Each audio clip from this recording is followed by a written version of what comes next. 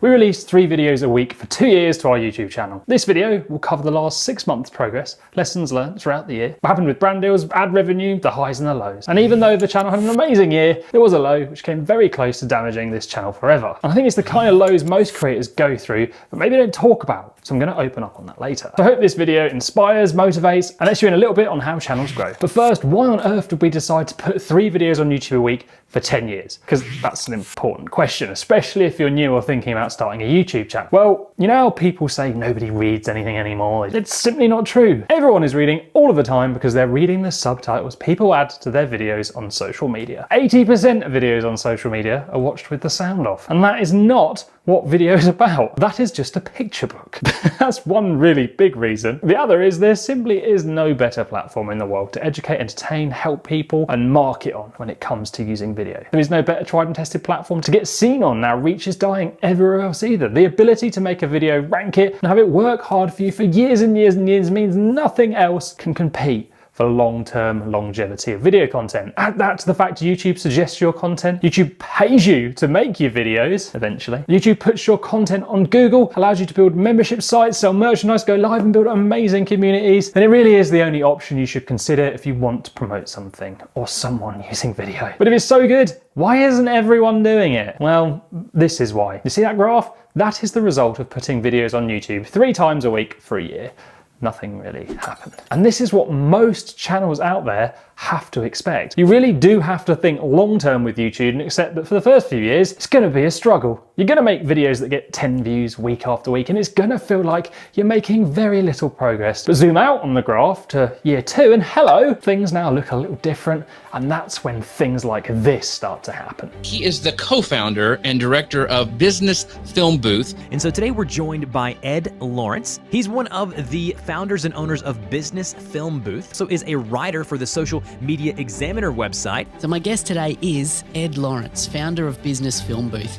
He's a video marketer from the UK who's produced thousands of videos for businesses over the years. And now through his YouTube channel, he teaches people how to write, produce, present, promote and edit videos more effectively. So the initial years of slow growth don't mean you're failing. It's when you learn and build authority on the platform. It's when you learn to make quality content, present, edit, film, optimize, plan, strategize. And actually it's the time in your journey when you don't really want a lot of views unless you're unfortunate and you're amazing to start with. Views and subscribers therefore are not something to worry about. Getting better at making videos is. So you join us as we've just reached the end of our 2nd year. And have we maintained 3 videos a week so far? Well, yes, we have. Was it easy? No, not really. Was it worth it? Well, let's find out. So first, our goals. At the start of 2020, we set these goals. Have a look at this. Number 1, we want to be published in Forbes by the end of 2020. That's right, the world's most serious business magazine. Number 2, although our chart says we need to aim for 1,600 subs by the end of year 2, I want us to be at 3,000. So we've got to increase more than the 6% target. And that's the beauty of goals. You can keep changing them. Number 3, we still want to have 2 new people working for the business and one of them spending a lot of time on this channel. Did we get published in Forbes? No, didn't even bother trying. I don't even know why that was a goal at the beginning of the year, you big weirdo. Did we hit 1,600 subs? Yes. We have a chart which tells us how many subscribers we need to hit every month in order to get to our 500,000 target in 10 years based on 6.2% growth a month. You can see it on screen now. At the start of last year, as you saw in the clip, I decided to be more ambitious and almost doubled it to 3,000. And then in our 6-month review, which is this, so I'm hoping to hit 5,000 by Jan 2021. It's a big ask though. I moved it up again to 5,000 subscribers and we hit, well, 7,000. I mean, I wrote this before we crossed that figure, so fingers crossed. Because of this growth, we are currently 2 years ahead of our target according to our chart. The previous video in the review series goes into way more detail in the chart, so check out the end. We did take on 2 new people for our business, but 1 left. And then we got someone new to help with admin and outreach and basically assisting us. So that one we didn't quite hit, which I'm not really that upset about because I mean, we can't control the pandemic. So let's set some goals for 2021. Goal 1, subscribers. So based on the initial chart we set up, we needed to hit 3,130 subscribers by the end of year 3 to be on target. Can you see the problem there? So I've got to scrap the chart and then remake it, because I'm definitely not getting rid of it, to take into consideration the growth. I'd highly recommend doing this for your own channel, as it really does give you a pathway to follow, and it lets you know if you're on track or not, so you can react. So based on 6.2% growth month on month this year, from our starting point of 7,000, we need to hit 14,407 by January 16th, 2022. Like last year, I'm going to double that number again and say that our goal for 2022 is to hit 25,000 subscribers, because it pushes us to keep trying to get better. We need to take on a new team member in the business now, so our goal once again is to have 2 new team members by the end of this year. And my biggest goal for 2021 is going to be the most important goal we've ever set. I'll get to that after I've talked about ad revenue and brand deals though. So ad revenue, we got monetized in May 2020, yeah, and it's generated about $2,500 since then. Brand deals. So brands reach out to us quite a lot now, like weekly. Really did surprise me. And yeah, we've never said yes to one of them. Some just want to give us free stuff and we don't take it. Some have asked us to buy the product because they will refund us after, because it's just easier for them to use their system that way. Okay.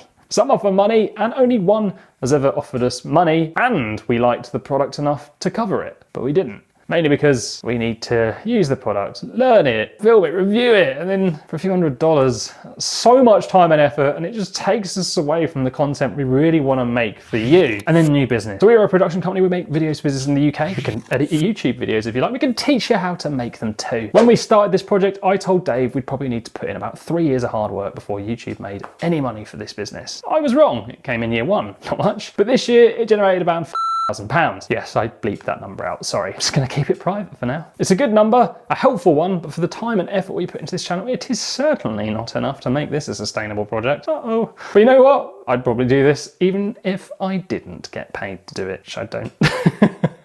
So I mentioned at the start of this video, there have been some highs and lows. The highs have been this community growing, trying new things, meeting new people, getting asked to talk at VidFest, alongside creators like Roberto Blake, and also just learning tons and being able to make YouTube videos all the time is great. And on a personal note, I started a side business that makes graphics for YouTubers, because I just like the YouTube community that much. Like these you can see on screen, link in the description. And I've also started adding consultancy services for marketing and strategies and mentoring for personal brands and creators as part of that business too, and I've helped channels and influencers do this, which was way easier than growing this channel. As part of that, I've set up a new YouTube channel, which is about my personal journey in business and YouTube. Dave has also gone and done the same too, with a new YouTube channel where he lives in the future and reports back, and is also now able to spend more time on his ultimate goal of becoming an author. So we just made another YouTube channel to give ourselves more work. Good idea. So what is the issue? What was the low? What was the thing that almost ruined our channel and the main goal for me this year? Well, I'm not very open about feelings and stuff usually. Ugh. But the thing was my stupid brain that almost ruined this whole project. And at times it's been really stressful, and I've actually been pretty upset about it. When you start a YouTube channel and you state that your channel is teaching people how to grow a YouTube channel and you have no proof that you can do it, you are a troll's dream. Now, I knew what I was signing up for, but I always believed the smart people out there would see past the numbers and rate us based on our content. I honestly believed in that for about 12 months until, well, trolls beat it out of me. The constant comments from people saying, how can you teach me what to do when this video's only got 50 views? Just bit by bit destroyed me, even though I know that's not how YouTube works. To the point where I said, you know what? Forget it. It took away all my confidence, and you may or may not have noticed, but for a very long time we didn't talk about growing a channel in a video, which is the thing I love learning and talking about the most. Then these negative comments cut even deeper. I was just out there waiting for the trolls. Every video I made, I'd always think, how could I write it so the trolls don't attack me? And then you just start to play it safe, and you're too afraid to have an opinion, and your content doesn't have as much personality or stand for anything. Even though I had a plan from the very beginning of this, and we are miles ahead of target, I just felt bad for a large section of the year. Everyone just says ignore them and shut them out, but when you put your life and soul into something, you just can't do that.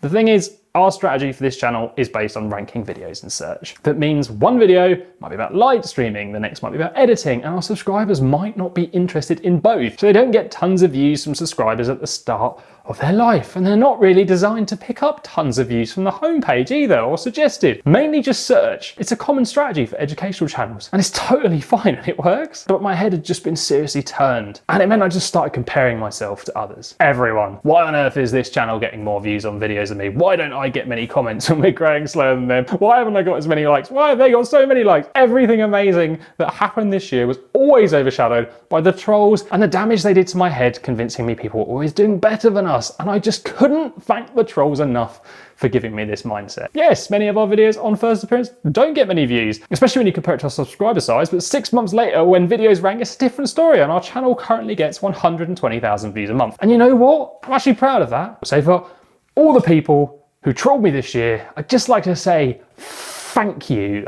You gave me the most important lesson I've ever learned about YouTube, and that is that traffic sources are really, really important, and what you see on the outside is no indication to anything at all, unless you're a stupid troll.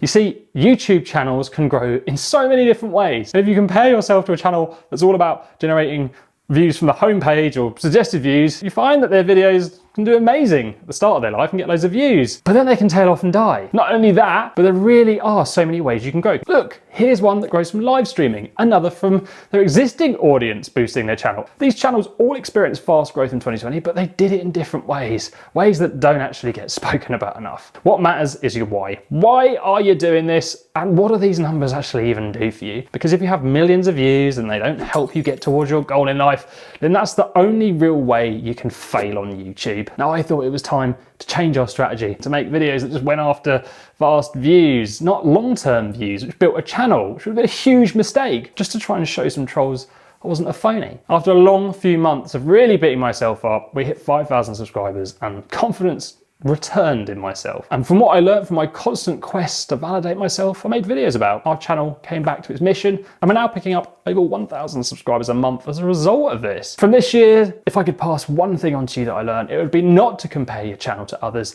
because it could send you in the wrong direction or make it worse and stop. And definitely don't listen to trolls. Oh, and to examine your traffic sources more and focus on your watch times and click-through rates you get from individual traffic sources rather than your overall average based on your channel strategy. Okay, that's 2. Also, just delete comments straight away from trolls and then just block them. Oh, that was 3. Armed with that, I feel like 2021 is going to be way less painful, hopefully. And I've got a lot more opinionated content coming based on experience and results. And we're going to keep making production tips, editing tricks, and presenting videos too, because you can't grow a YouTube channel without that knowledge. So I hope this helped. It really wasn't the video I expected to make for my end of year 2 review, but then again, no one had a year they would have expected this year, right? So here's the playlist that covers our first 2 years on YouTube. Check it out for more motivation, and I really hope you have a great year.